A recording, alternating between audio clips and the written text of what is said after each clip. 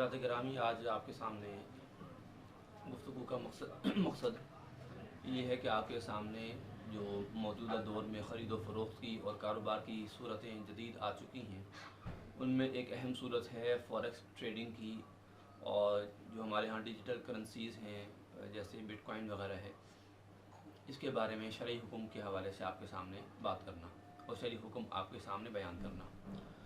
देखिए, सबसे पहले इस बात को समझना ज़रूरी है कि हमारी शरीयत में, शरीयत इस्लामिया में ख़रीद व फ़रोख्त हो या कोई भी बाहमी लेन देन हो, कोई भी बाहमी अक़्द हो, तो उसके अंदर 3 उसूल हमेशा मौजूद होते हैं और उन्हीं के मुताबिक उस अक़्द को आगे किया जाता है, और वो हों तो जायज़, ना हो तो नाजायज़ हो जाते हैं।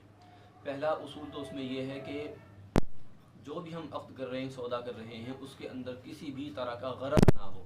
गरर का माना है धोखा, धोखा ना हो, गईन गरर, कि किसी भी तरह का गरर, धोखा ना हो। हर बात बिल्कुल खुली, साफ, वाज़ेह हो, जो कि शरीयत का हर मामले में एक हमें हुक्म है कि हर काम, जो बात हो, वो वाज़ेह होनी चाहिए। तो सबसे पहले तो गरर, ये उसूल हमें हमेशा याद रखना चाहिए कि गरर ना हो।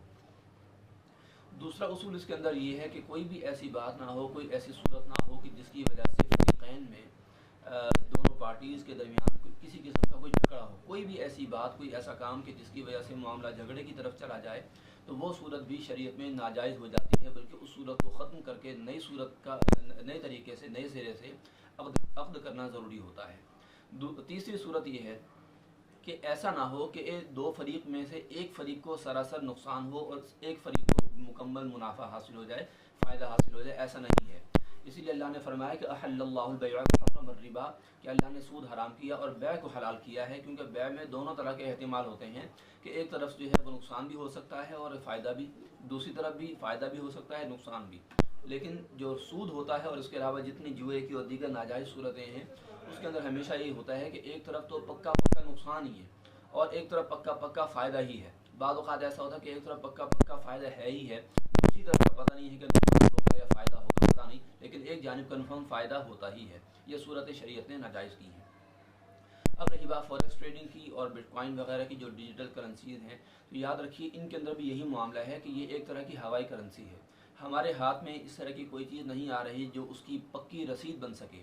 जैसे हमारे पास जो कागज़ का नोट होता है, ये हुकूमत की तरफ से, गवर्नमेंट की तरफ से एक रसीद होती है कि जो भी आपने, जो भी हुकूमत ने एक मालियत मुकर्रर की है, तो आप उस मालियत का नोट आप लेते हैं और उसके ज़रिए आप ख़रीदो फ़रोख्त उसी कीमत की आप कर सकते हैं। एक रसीद होती है कि जी आप हमारी तरफ से इस बात के मुजाज़ हैं, इजाज़त है।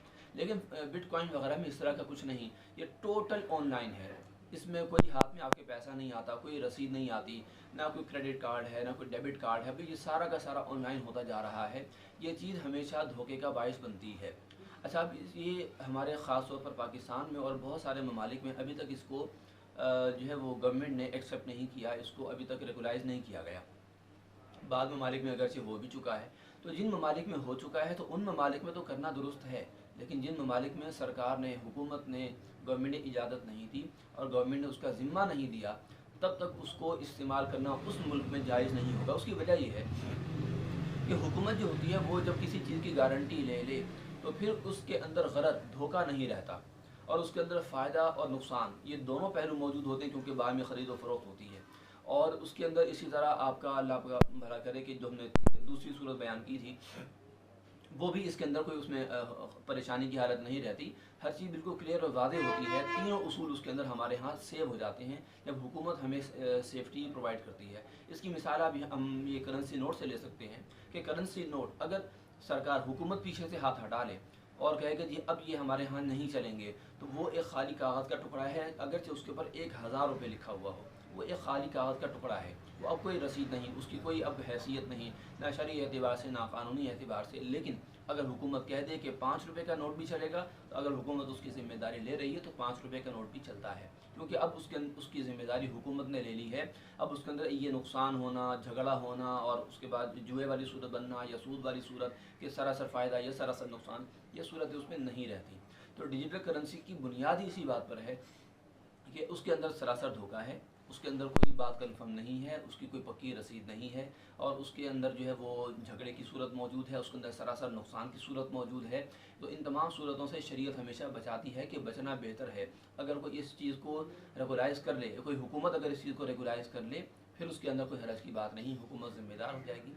अल्लाह ताला से दुआ है कि शरीयत इस्लामिया के मुताबिक, उसके मिजाज के मुताबिक हमें अमल करने की तौफीक अता फ़रमाए। अमा अलैया इल्लल बलागुल मुबीन।